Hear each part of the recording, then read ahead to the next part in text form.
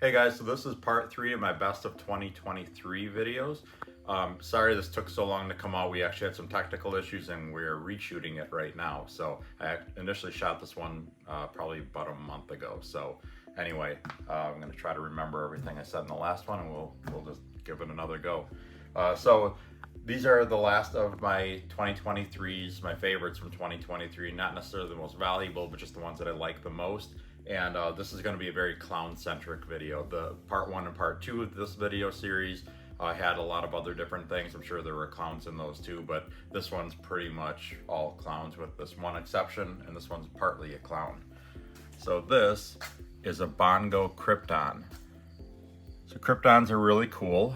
It's basically a visual double het between a cryptic and a clown. So if you read a cryptic to a clown, you get a Krypton. And that is what this is. And then if you breed a Krypton to a clown, you get statistically half Kryptons and half clowns. So it's very easy to make Krypton versions of all of your clown combos just by adding a Krypton to your collection.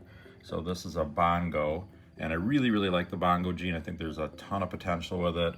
It gives it a busier pattern, has some really nice coloration, and just an all-around really cool gene. So I've got it in a lot of different projects so far, and I'm still working on some different combos with the Bongo gene. And yeah, I was really happy with how this one came out. This is a girl. She's actually available on my website right now too, believe it or not. And yeah, it's really cool. Okay, the next one, here's a new project for me that I started working on in 2023. This is an Orange Dream. Let me get him to stretch out here a little bit. This is an Orange Dream Cypress Clown. And there may be Yellow Belly in him as well. I'm not 100% sure. Like I said, this is my first year breeding Cypress clowns. I made my own Cypress het clown in 2021, I think it was. And he's an Orange Dream Fire Cypress het clown. So I used him to breed to several different clown combos. And this is probably my favorite that I produced. Not anything real crazy genetically added other than the Cypress gene, but I just think it has a really nice color and a nice building block for the future. You know, that's what a lot of these projects are, just building towards something even better in the future. And I can't imagine what some of the combos having these genes added into some of the others that I'm working with are really gonna come out really cool.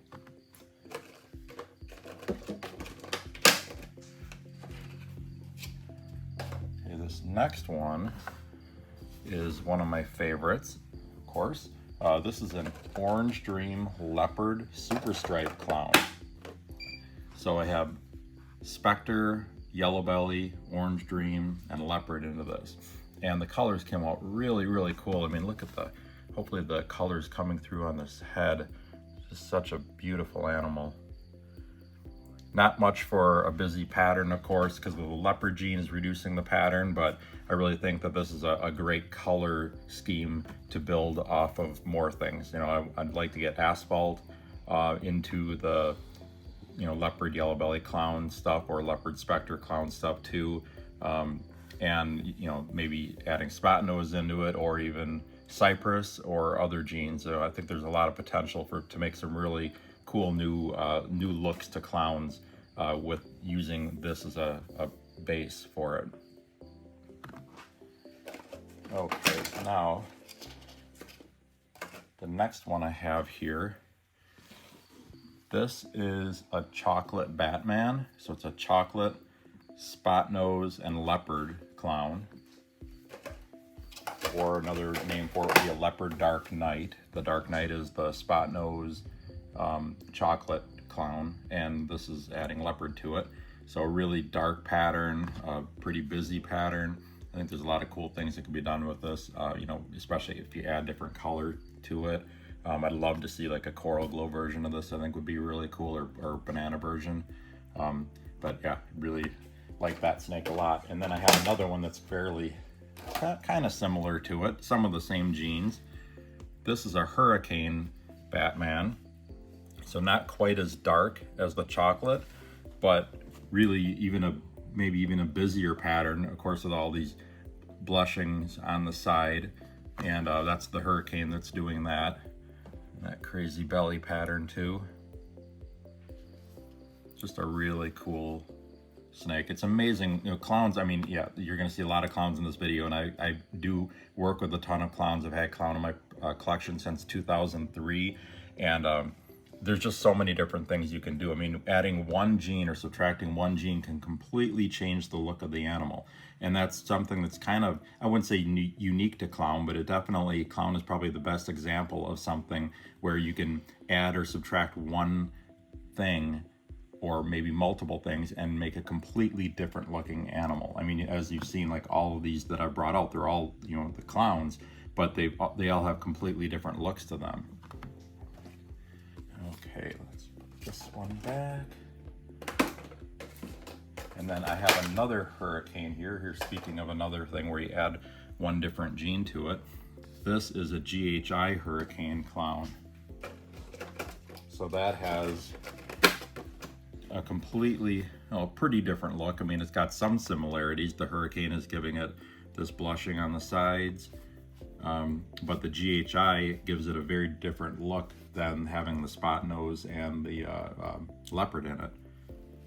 So what would be even cooler is to get GHI in the Batman hurricanes and see what that does to it. So yeah, it's just a matter of adding, you know, maybe breeding some of these different snakes to each other in the future and seeing what the combinations of them can do.